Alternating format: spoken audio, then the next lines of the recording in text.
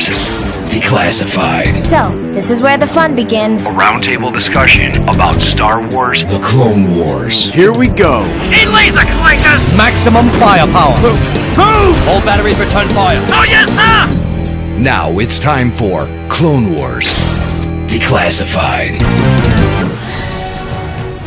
Oh, yes. Welcome back, Clone Wars Declassified. Returning for the second arc for the 7th season of Star Wars The Clone Wars. Just wrapped up this weekend. 4 episodes, all about Ahsoka. So you Ahsoka fans, you certainly enjoyed the last 4 episodes, I'm sure, as did we all. So great to have that show back in our lives. Some episodes better than others. We're going to get to all of that. And plus your phone calls coming up. So if you are listening to the show as we're streaming this live, please be patient. We'll be putting the number up on the screen here in just a few. But do want to introduce the panel as we sort of set the table for our discussion here as we talk about episodes 5 through 8, Season 7, Star Wars The Clone Wars. Again, we're calling this the Ahsoka arc. And we got a great panel, starting with, of course, my good friend and yours from Chicago, and now on the Death Star, Jimmy Mack.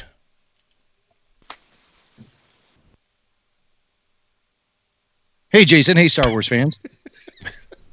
Did you like my reveal? Turn. Yeah. Was that a big? Was that effective? I think was so. that dramatic? I think so. Okay. How was it for you? I thought I'd hear oohs and ahs as I slowly turned my chair around, a la the Emperor from Return of the Jedi. I don't think I commanded the amount of authority that he does in his own throne room. But it was just like a dead silence as I did that. Well, I think because everyone has been really good, and I think they might have muted themselves to give you proper. Well, I'm just stuck. Well, I rely on you, Jason, for both your friendship and your laugh track. So fire up the old chuckle box anytime you're ready, okay? Will do. All right. So we're here to talk about the latest arc in the Clone Wars, Jimmy, and we're not alone. You rounded up a couple of, I like to call them RFR Hall of Famers. We've got Listener Hall of Fame and we've got Guest Hall of Fame. And I'm going to start with a guy we haven't talked to in, it's been just far, far too long. Long-time friend, probably, he's been there with us from the very beginning of our podcast adventures. He's a great artist, a great dad, and he's known to Star Wars fans as Grant Gould. Welcome back to Rebel Force Radio, Grant. Thanks for having me. It's great to see you guys again. Grant, are you known as something else to non-Star Wars fans? I was wondering why Jason was so specific about that. Well, I'm still stunned over you spinning around in front of the Death Star. I'm kind of speechless right now. Can you do it again? Here, let's have Mac do it again, and we can all laugh. Jim, would you turn around? Turn around. All right, I'm going to do it fast this time. Okay, all right. And jazz hands. Oh, I love it. Oh. It's so good. And what is it? You got behind me. Look at what's going on. I got the Battle of Endor happening right outside my window. Yes. Uncommon. It's uncommon. Oh, Grant, it's like I said, it's great to hear from you. And but we got one more rounding out the panel. Again, another one who's been with us for so long, and we're so grateful for it. He's about just one of the nicest guys on the whole planet. And speaking of powerful people that might sit in front of a window like that, this guy is the emperor of the Gulliverse, Steve Glosson. Welcome back to Rebel Force Radio, buddy. What's up, guys? Thanks for having me. It's always good to be with you guys. Well, here it Go is. ahead, correct Jason. Get it out of your system. It's Gulliverse. What did I say? Gulliverse. Well, that's the Ohio in me. Okay, well. All right. Hey, good for you, Steve. Your show has gotten so big that there's actual different regional pronunciations. It's like Hoth and Hoth. It's like Hoth and Hoth. Yeah, why are you so specific? It's got to be Gulliverse. I guess it just rolls off the tongue better. I don't know, man. People always called it gold back in the day. So, all right, gold. You're giving it an A sound, Jason, instead of the O sound. Now, imagine if they did that with our show. We would be Rebel Farce Radio, and I know a lot of people believe that. I think there's a Twitter account out there with that. There is, and they made a logo and everything, and it's hilarious. It's like our very own wacky package. Oh, well, it is so great to have everybody assembled here, and great to be live. As I say, if you're within the sound of our voices, we're going to be putting the phone number up here in just a few minutes so that you can call in and talk about not just this arc or these particular episodes, but anything as it relates to the Clone Wars. But as we start off, I want to give you the tail of the tape. We are talking about episodes 5 through 8 of Season 7 of the Clone Wars, beginning with Gone with a Trace, originally air date, or I should say original stream date, March 20th, 2020, directed by Kyle Dunleavy and Saul Ruiz. All of these episodes in this arc, by the way, written by Charles Murray and Dave Filoni. If it's going to deal with Ahsoka as deeply as these episodes do, you can bet that Dave Filoni's name is going to be attached. Also looking at episode number 2 in this arc, Deal or No Deal. Wasn't that a game show? Deal, no deal. That was the game show. Here the whole time, you know what? I see these words. It's funny how the brain does that. It adds words that, All right, Deal, No Deal. I guess that wasn't a game show, but it's the episode number 2, originally streamed on March 27th, directed by Stuart Lee and Nathaniel Villanueva. And again, as I say, written, as all these episodes are, by Filoni and Murray. Episode 3, Dangerous Debt, originally streamed April 3rd, 2020, directed by Bosco Ng and Saul Ruiz. And finally, episode 4, Together Again, huh? And that's just one of many, and I'm sure we'll get to it, classic Star Wars references throughout all of these episodes. There were plenty of those. Directed this time by Dave Filoni, along with Nathaniel Villanueva, and again, written by Dave Filoni and Charles Murray.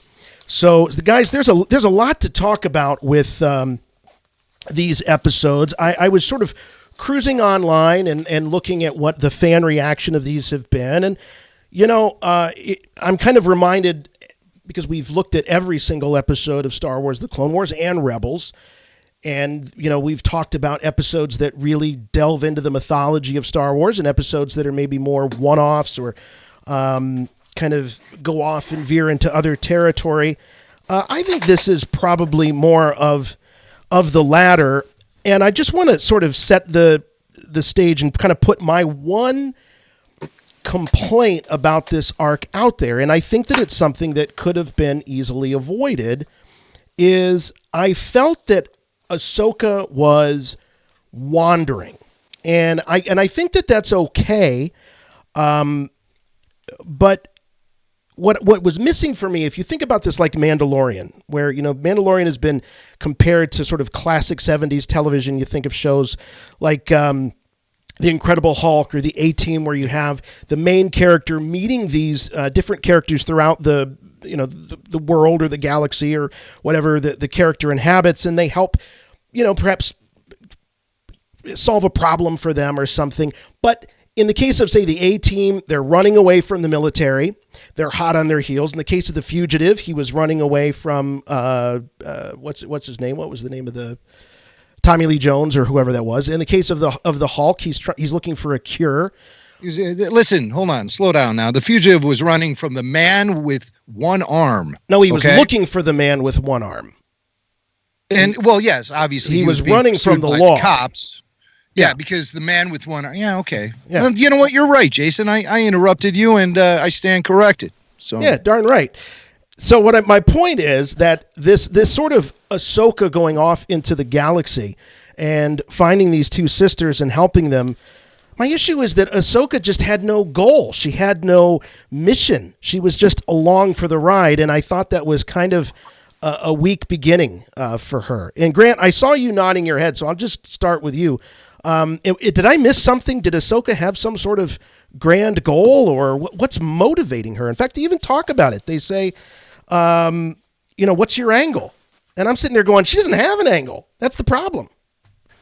Yeah, well, like you mentioned, the Hulk, and these episodes reminded me so much of those old, the Bruce Banner stuff and like Kane and Kung Fu, where he would just kind of, it's like the story is literally him wandering into a village, helps some people out, and then it kind of ends where it began, sort of a thing. I agree with you. Like, I loved seeing Ahsoka again. I thought these episodes were beautiful.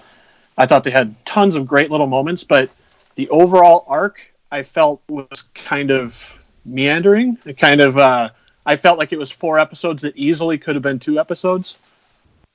Yeah, there's a number of. By the way, if you're watching on Facebook or you're watching on YouTube, you can go ahead and add a comment. We'll see those. And Jim, someone just posted in the comments, well, that's the whole point. She's lost. But is that enough that Ahsoka's just lost at this point? Well, yeah, well, she really doesn't have anywhere to go. And her biggest problem is she lost her ride. Her speeder bike failed her. And so she just landed there and sort of fell in with these people. She had nowhere else to go, so she just ended up wherever she landed. She began to realize the severity of their situation when they were dealing with the Pikes. And then she caught a glimpse of Darth Maul. So these dominoes kept falling. And that's the interesting thing about Ahsoka, is that much like Michael Corleone, as much as she wants to get out, they pull her back in. Yeah. That's what happens with Ahsoka. Like, the Force is not done with Ahsoka. Okay, she thinks she can just walk away from her job as galactic cop with the Jedi. No, she can't. The Force is not done with her, and so even though she tries to hide out in the lower levels of Coruscant and ends up with these 2, relatively mundane characters, she finds at least something to do, a place to be. She didn't even have that, so she's just kind of going with the flow a little bit. And for someone who's never really lived her life outside the Jedi Temple or without the support system that place provided, then that's really her only option, is to go with the flow at this point. But the Force has a different plan for her and puts her right back into the action. That's right. In fact, you can see when they're going off-world for the first time off of Coruscant, you can see them getting in that military lane, or the lane with the Republic ships, and she's like, "Oh, we got to get out of here." She doesn't want to be found at all. But it's interesting what Jimmy said, Steve. He said about policing, the Jedi policing, and we hear that actually from. I'm trying to remember which one it was of the two. It was Trace, I believe, that talked about the Jedi fairly early on. He said, wow, the Jedi running around top world, policing, starting wars. And did that kind of depiction of the Jedi at that time, did you find that surprising, that the people right there on Coruscant who would be very privy, I think, to the goings-on of the Republic and the Jedi, that's how they see them? Not really. If you go back to the 5th season, the last season that was on Cartoon Network back in the day, there were like protesters outside the Jedi Temple at that point, as I recall. And so the idea that there's a group of beings and people up top that are doing these things, when you hit that underworld area, I mean, basically, if you're living in the underworld, you probably have friends that have been affected by the Jedi being the keepers of peace in the galaxy, so they've probably busted up some gambling rings or some moonshine running that your friends, that your friends do, and Smokey the Bandit. So it doesn't surprise me they'd have that at all. And then, of course, as you move on into the story, you find out, why they don't like the Jedi so much. It's the Scarlet Witch Quicksilver thing from Avengers: Age of Ultron. I just love the fact that you guys made the same connection that I did to these episodes. This felt very much like The Incredible Hulk. That's one of my favorite shows of all time, my favorite hero of all time, and to be making that connection like I did, I'm glad that I was not alone in that, because this is, to me, it's not so much that Ahsoka can't reject the responsibility of being a Jedi, it's that she is such a good person internally that when she finds trouble or when she finds people she feels needs help, she can't help but to help them. It is right. It's just like Bruce Banner was in the Hulk. He always got in trouble because he always found the worst people to try to help out, and that would end up getting him thrown over a bar or into another room, and his clothes would get ripped, and he would come out all big and green. Well, as the whole 4 episodes was wrapping up, the thought that I had, Grant, was once a Jedi, always a Jedi. And Jim made that point, just when I thought I was out, they pulled me back in. The Force pulling Ahsoka in, but how much do you think was motivating Ahsoka? Because they, again, going back to Trace, she said, as a kid, you hear stories about the Jedi, and now all we want to do is get away from them because they're not what we were brought up and taught they were. Do you think that is something that was perhaps maybe moving Ahsoka?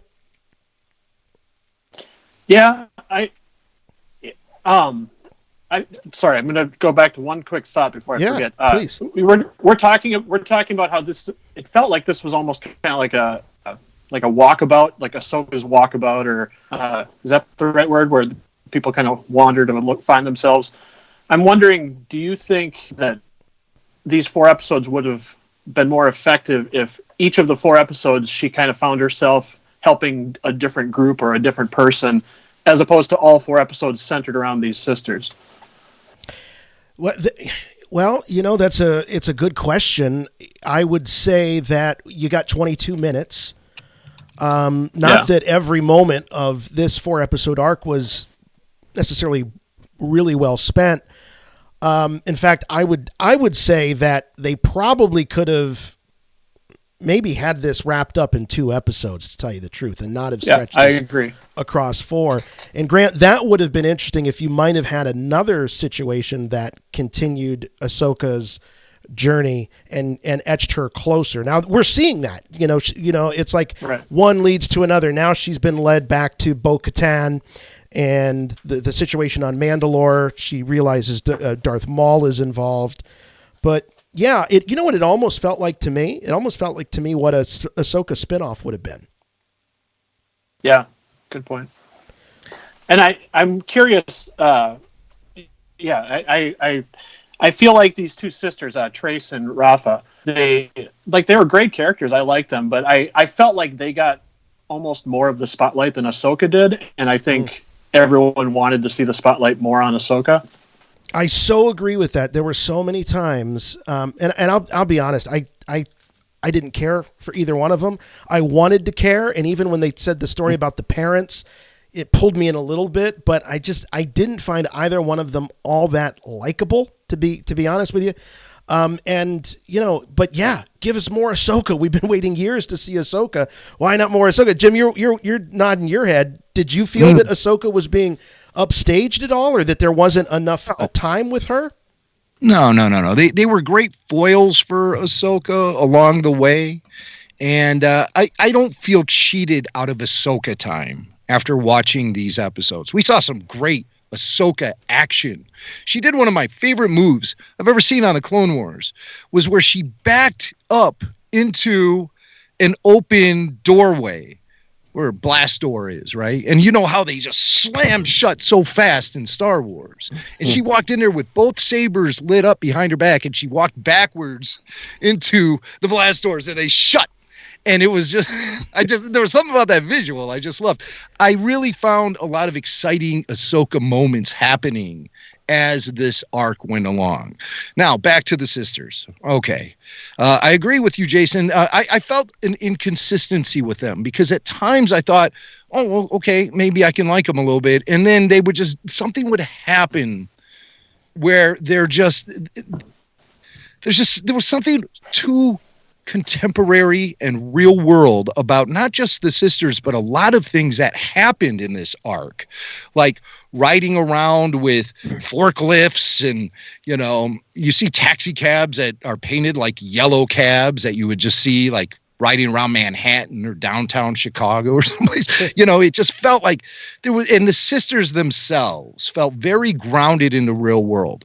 And on top of that, I didn't care for the voice acting. I thought it was a little suspect. I felt like they were reading a little bit. I can't stand when people say the word literally, and they add the extra syllable to it. And the younger sister, what is she, just dumb? I mean, that's what I'm thinking half the time. And then she all of a sudden is this very competent and savvy brawler, somebody who's really good. That fight scene came out of nowhere, didn't it? When they were making the prison break. That's why I'm like, okay, now I can like her. Right. Yeah. And she would do something or say something did I hint occasional like baby talk coming from this character? I didn't understand. And so typically the day before we record, review shows like this. I will watch the episode, or in this case, the arc. I'll watch it 4-5 times the day before. I'll just have it on a loop in my studios. I'm doing my work or whatever. And I found midway through the third loop, I had to turn it off. And I just had enough with these characters. And I can't sugarcoat it. I'm sorry. I just cannot sugarcoat it. I thought they sucked. So they never got redeemed, Jim. Like you have the whole Spice situation going on with them. They end up going to swindle Spice out of the one place, and that's where we see the girl brawling and everything. And then she kills a guy. She kills the manager of that place who, you know, I'm sure he's not a nice guy if they're over there, you know, peddling Spice around. But, I mean, she killed the guy. Well, I don't have a problem with that. They stole the Spice to try to swindle the Pikes and everything. And I just kept thinking, I'm like, they're not redeeming themselves at all. They were criminals. Yeah, they're just and so the series I want to see is Ahsoka helping out all of those Kenner Star Wars figures versions of Greedo and Hammerhead and Walrus Man. That was awesome. Yes. Yeah, they deserved a little more screen time than the Martez sisters, I fear. I want a Disney Plus series of Blue Snaggletooth, Kenner Walrus Man, the Kenner Greedo, and the Kenner Hammerhead as the A-team in the Star Wars universe. You know what? That might have been better than some of the Trace and Rafa stuff, to tell you the truth. But big props to the guys and gals that put that together and gave us those Easter eggs. You know, Jim, something you said really, I was like, wow, yeah, that's right. The grounded in reality with Rafa and Trace, they felt like they were out of Resistance to me, and Resistance has had that feel to me where these people are being kind of plucked out of contemporary culture with the hairstyles and all of that. I just and by the way, just some backstory. Ashley Eckstein said this on Rebel Force Radio a couple of weeks ago, and it's well known that the original idea for this episode was that Ahsoka was going to meet potentially a love interest or a guy that was going to take her on this adventure. So imagine kind of everything that happens with Trace and Rafa would have been with this character. I've got his name written down here somewhere. Not that it really matters, but I think it was... Can we just talk about the spice dump and how stupid that was? Nick's Akami, by the way. What is wrong with this person? I would never entrust someone like this. Hey, Han Solo dumped the spice. Much less fly me through the universe. Whoa, no, wait. Now, Han dumped the spice. But must have been. He gets boarded sometimes, Jason. Yeah, he was boarded by Imperials. These guys had an argument, borderline misunderstanding, while this dummy sat there and seethed over losing her ship and just decided to put them all into serious jeopardy by dumping the cargo. It was so stupid. Yeah, no, it wasn't smart. And they called her out in the. I mean, that's the one moment that Rafa and Ahsoka were sort of united. I mean, literally united in the sense that they were saying the same dialogue. What did you do? Why did you do that? So yeah, I mean, they definitely called her out. It was hard for me. They just didn't feel like they were from a galaxy far, far away. No. I have a quick question about the underworld stuff. Yeah. They mentioned that they were on 1313, right? That's right. Maybe this has been answered somewhere else and I just don't know, but did any of this have to do with that video game 1313 that never happened? Oh yeah, I'm sure, because it was under production at the same time.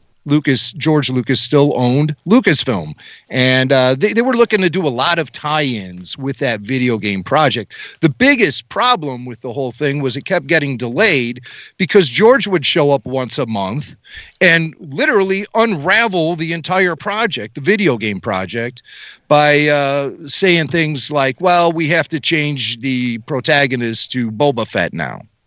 And, meanwhile, these people are like, months, if not years, into the development of that video game. And then George just decided one day to change it to Boba Fett. So that delayed it. And then the sale happened. And video games was not, a piece of the pie that Disney was really interested in doing with Lucasfilm. So they blew up LucasArts and shelved 1313. But the development of characters like the Pikes, I believe, were done specifically for Star Wars Underworld or Star Wars 13, whatever we would have seen generated out of, whatever content we would have seen generated out of this Underworld idea. So we started getting early signs of crossovers into things like the Clone Wars when that project was in production. But that all went down the tubes in 2013 when Disney bought Lucasfilm. Right. So, a few things that I just want to throw out here. Let's go ahead and we'll put the number up on the screen here, 708-866-1737. So get in the queue and talk to our panel about this arc or about Clone Wars in general. We'd love to hear from you. That's 708-866-1737. There were a few things I just thought were interesting. Ahsoka referring to Anakin as her older brother. At one point, she also says that she went to Skywalker Academy, which is where she learned to be, such a badass. I really appreciated that. There was a reference to Fortune and Glory at one point, which I thought was that's from Raiders, right? Right, exactly. Temple of Doom. Temple of Doom. That's right. Parker Swank's favorite film. My son is 7, and he struggled with Temple of Doom. He tagged out. We'll put it that way, Big Steve. He just tagged out. Well, listen, the minute you're sitting there with a dude on screen ripping someone's heart out of his chest, I mean, yeah. And then later that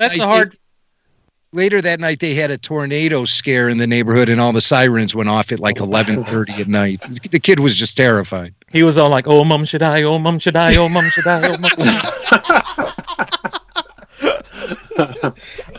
Hey, I got a question. Oh, good. Lots of calls showing up. This is great. But I got a question about the failed Jedi mind trick. So, Ahsoka pulls the old Jedi mind trick on a Krim, but the other guy, what's his name, Fife, doesn't fall for it. And I thought, okay, well, how broad of a cloud?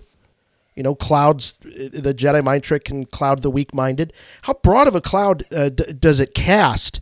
Because I recall when old Ben did it, I'll throw this to Big Steve. When old Ben did it, he was able to, there were 2 stormtroopers that were there, waving, stopping the traffic. And when he said, you don't need to see their identification. We don't need to see their identification. You didn't have the other stormtrooper going, what the hell are you talking about? Of course we need to see their identification. So what do we make of Fife? We do need to see their identification. What do we make of old Fife? I think what you've got with the stormtrooper situation is you had, it's the Empire, the order of command and everything. If you've got the lead dog, they're saying we don't need to see their identification. All the other stormtroopers are going to be like, you're right, we don't. Here, I think Ahsoka was just kind of banking on this dude being the lead guy, and she didn't worry about everybody. I think she was just worried about the one lead dude, and so everyone else just kind of like, it just a different kind of. I think Ahsoka was falling back into the trap of, this guy's the leader, and no one's going to speak out against him, not considering how the underworld works necessarily, or these people work. So. Mm-hmm. Mm-hmm. So I think she was just a victim of her own expectations of how they would all fall in line, so to speak. Any other theories, guys, on the failed Jedi mind trick? Well, we do know that the stormtroopers are not all that bright, and we talk about weak-minded. I mean, Obi-Wan says the Force has an effect on the weak-minded, and I would assume that Imperial stormtroopers that at that point were either multiple copies of clones or the children and the grandchildren of people that they said there was a lot of nepotism with the stormtroopers, and there was they were not necessarily the best and brightest. So we'll just chalk it up to that. We'll say that the Pikes are a little smarter than the Imperial stormtroopers, but I did think it was funny. The other thing, and we're going to jump on calls here in just a minute, they reference a moment with Zero, a chase with Zero the Hutt that ended up killing the Martez sisters' parents. Jim, is that something that we actually were privy to seeing? I did some research and I can't find a record of it. And I also don't know who the green-skinned female Jedi would have been other than Yaddle. No, I was thinking more like a light green tone, something that like Luminara Unduli or... I thought it was Luminara, yeah. Yeah, that's who I was thinking too. And I did, like you, Jason, I went through every Zero episode, including the feature film, the Clone Wars feature film, looking for a situation that would resemble what they were talking about. But there's nothing there, unfortunately. I was really hoping. I got to hear the Zero voice. I was really hoping there'd be some continuity because I like all those residual checks that get delivered me to my residence here on Coruscant. Oh, I miss Zero. I miss Zero too, damn it. And there's a guy we've never talked to on Rebel Force Radio, Corey Burton, the brilliant voice talent behind Count Dooku, Zero the Hutt, numerous voices. But Corey just lays low. He does not like to do interviews. He does not like to put himself out there, nor is he... I would assume he's not really comfortable speaking on a public platform about his craft. So he likes to just lay low. So he's been a chase card for us for many one of years. These days, come on. One of these days, we got to... One of these days, the elusive Corey Burton. If you have naked photos of Corey Burton, send them to Rebel Force Radio so we can use them as blackmail. Wait a minute. Hold on. Oh, wait a minute. What's Steve saying? Chase, you can't... I mean, we're not above that. How about I got to say this real quick here. The Toongs, seeing the Toongs show up, the Ben Quadanero species. I have to say, I was watching all 4 episodes with my daughter Bailey, and as soon as this guy showed up, she goes, "What is that?" Even an 11-year-old goes, "That doesn't belong in Star Wars." Oh, they're silly. They're very puppy. Hey, I have a question for you guys, if I may ask real quick. They mentioned Zero during the Zero when she's talking about Zero. They make a mention of Cad Bane. It says something about a red-eyed bounty hunter or something. Do we know the fate of Cad Bane? I'm wondering if we're going to see him show up in something like Mandalorian. We don't know what happens to him, right? Right.